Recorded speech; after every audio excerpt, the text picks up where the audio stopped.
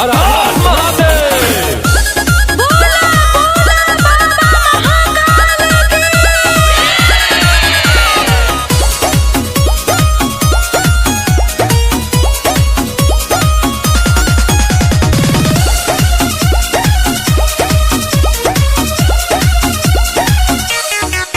जब से सावन चढ़ा है जानू दिखते नहीं, कोई कॉल नहीं मैसेज भी लिखते नहीं।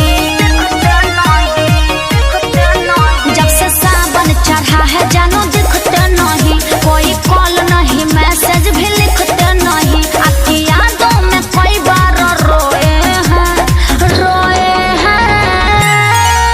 बाबू भगत